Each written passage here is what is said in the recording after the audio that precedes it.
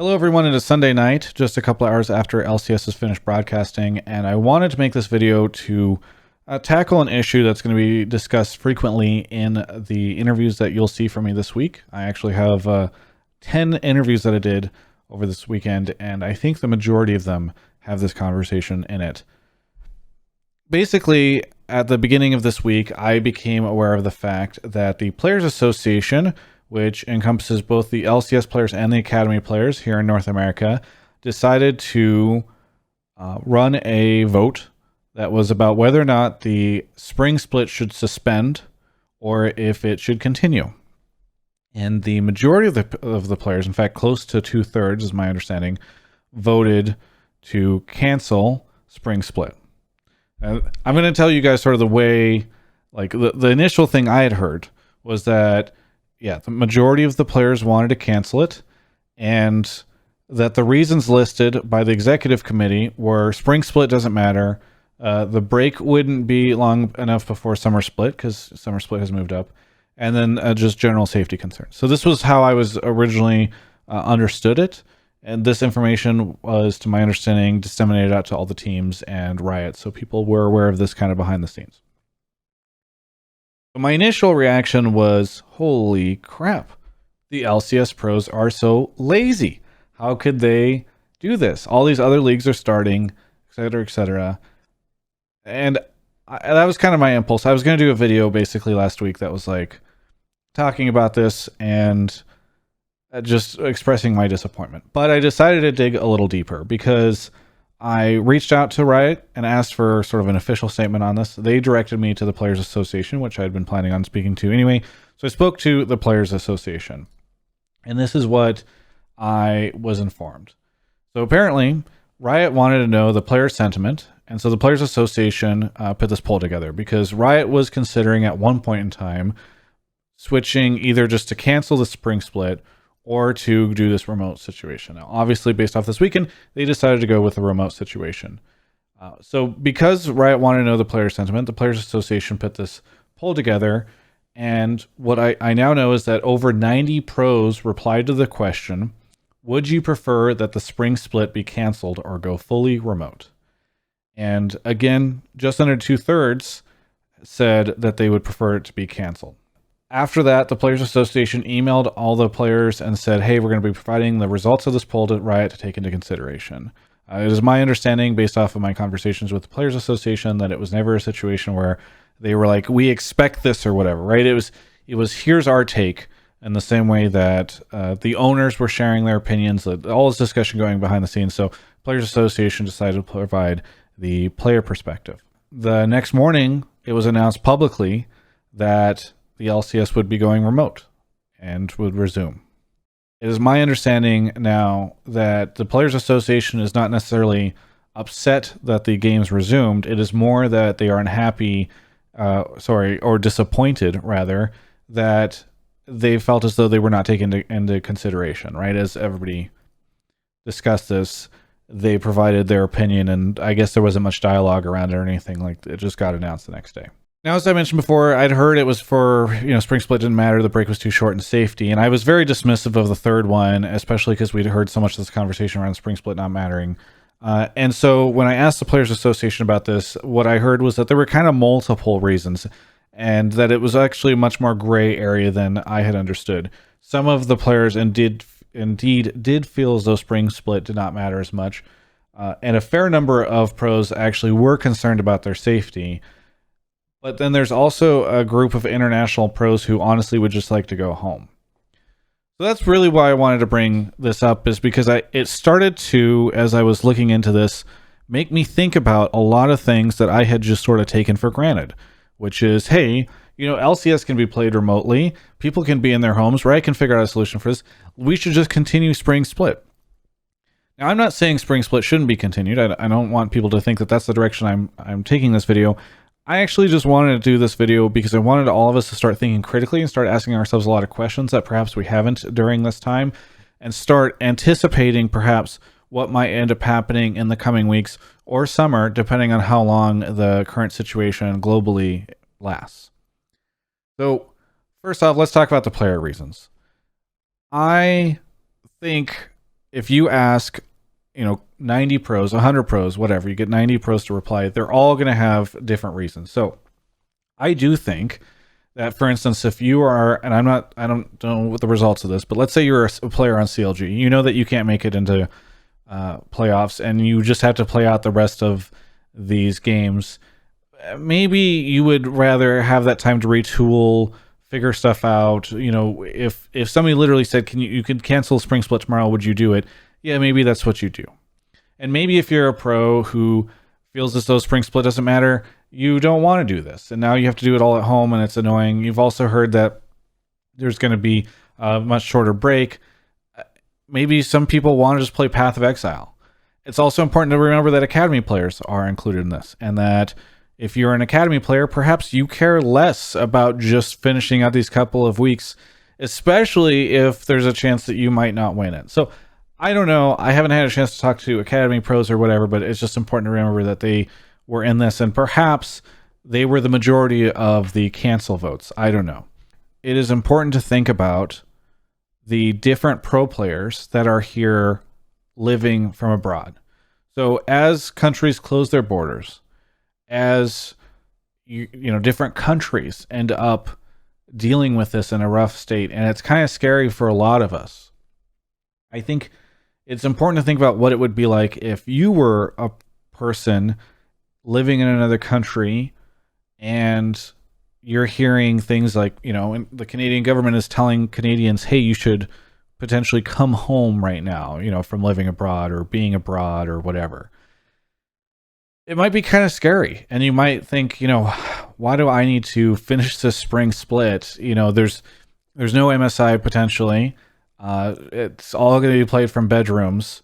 It kind of makes sense why somebody who wants to go home might be in this situation. One of the interviews that I did this weekend where it came up, a pro player suggested the idea that, hey, what happens if pros start getting sick? What does this league look like if multiple teams have subs? And so anyway, I just have a lot more understanding, I think, for the pro players and their decision to vote this way, because some of it might be a little lazy, some of it might be a little, where's your competitive spirit? But I also think that some of this might be fueled for legitimate concerns. People who've moved over here recently, people who live here, for the vast majority of the year, but still consider someplace else their home. This could be something where they're not thrilled about being stuck in LA, where everything's on quarantine and lockdown and you're away from your family and all that. So I wanted to pose these questions at the end of this. I don't have answers, I think, to any of them, but I think they are questions that I'd love to have the community start talking about, because I think they might become issues in the coming months. So what happens if an international player would like to go home? Do they need to stay here the entirety of the break, for instance, between spring and summer? What if they decide they want to go home tomorrow because things are just getting too scary for them? I asked this question to Steve in an interview that I did last week in preparation for kind of doing this video, and I recommend people go watch it because it's quite informative on how TL is doing or approaching this. But he did say that if a player wanted to go home, he would allow them to go home, not necessarily that he could stop them, but he'd work with that player to get them back home. He did kind of caveat it by talking about the safety around travel, and maybe it'd be more of a discussion than just like, let's buy you a plane ticket. But you can go look and sort of see his response. That's interesting, right? Because perhaps that could end up happening. I mean, TL's a team that has the majority of them as international players. I have an interview with Broxa that's coming out this week where we talk about how he's feeling and would he like to be home right now or would he rather be here? And the answer's kind of mixed. You can check that out.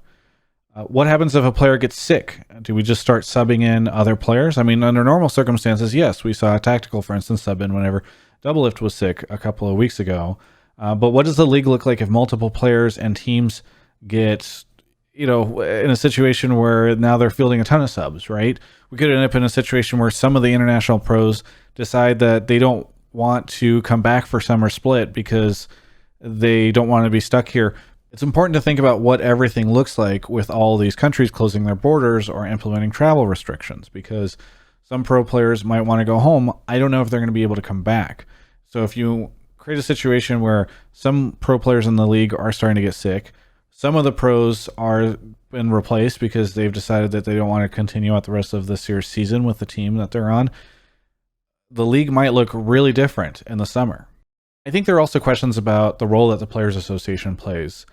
This is perhaps a bit of a bigger discussion about the Players Association, but perhaps more relevant now than under normal circumstances, because we are quite, in a situation where the league's never been in before, and we're adapting and changing things every day. And the players are, quite frankly, in a really unique situation as they're all quarantined in their homes playing. And it's unfortunate, I think, that even if I feel that this weekend really demonstrated that the LCS can continue and the broadcast is fine, that the players didn't really have much of a voice here, or that they were seemingly, at least according to the Players Association, asked for their opinions and then immediately disregarded whenever they gave them.